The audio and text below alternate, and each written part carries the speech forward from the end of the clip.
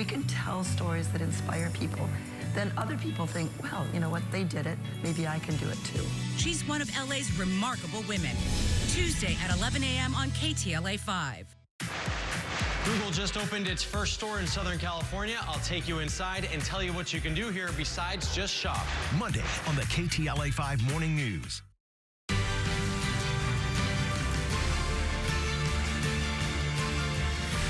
Broadcasting across California with Nikki Lorenzo.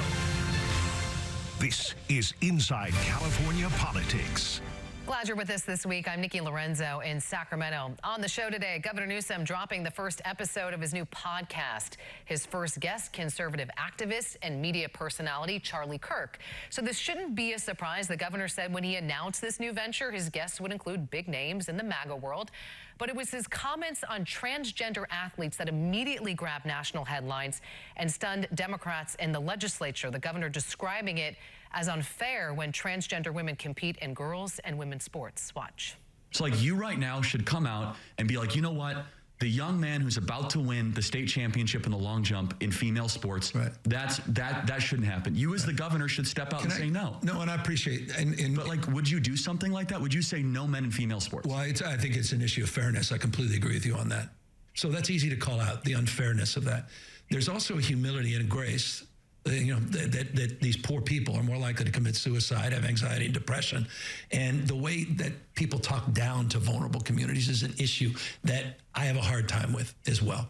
So both things I can hold in my hand. How can we address this issue with the kind of decency that I think, is inherent in you, but not always expressed?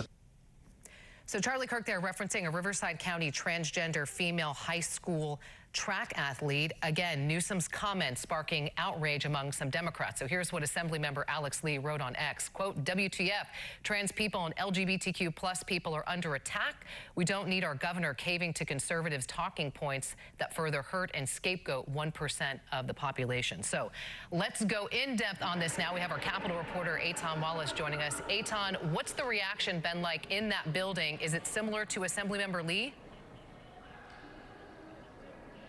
Oh, yes, Nikki, indeed. And we're hearing lots of reaction. Interesting, he is, and Governor Newsom is taking heat from all sides. First, on the Democratic side, from the LGBTQ caucus. Well, they called what the governor said, and I'm quoting here, they said they were sickened and frustrated by the governor's remarks. So that's on one side. You also have people like Senator Scott Wiener, also in the LGBTQ caucus. He said, and he describes Charlie Kirk in his words as a bigot. So he was not happy when the governor did appear with Charlie Kirk, especially talking on this matter. Of course, Senator Wiener feels opposite of what the governor had to say. Now, on the Republican side, you speak with people like Bill Asaley, Assembly member of Corona. He even has a bill trying to advance more of what the governor had to say.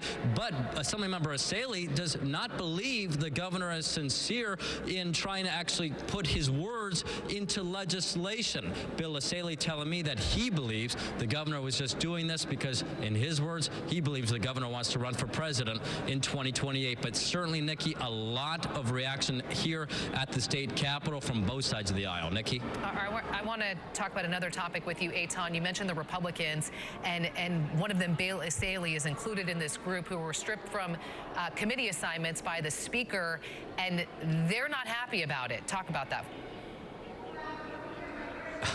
No, they're not happy about this at all because they accused the speaker of removing them from various committees. We're talking about the Budget Committee. We're talking about the Insurance Committee, all kinds of committees here without any notice. Now, these 5 Republicans, yeah, we're talking about Bill Asaley. We're talking about Carl DeMaio, Republican of San Diego. We're talking about David Tongipa, Republican of Clovis, just to name a few. They have been outspoken. There's no secret about that. They say they've been outspoken against Democratic policies. That's also Joe Patterson of Rockland. But they argue they did nothing wrong in the sense of actually calling out people by names.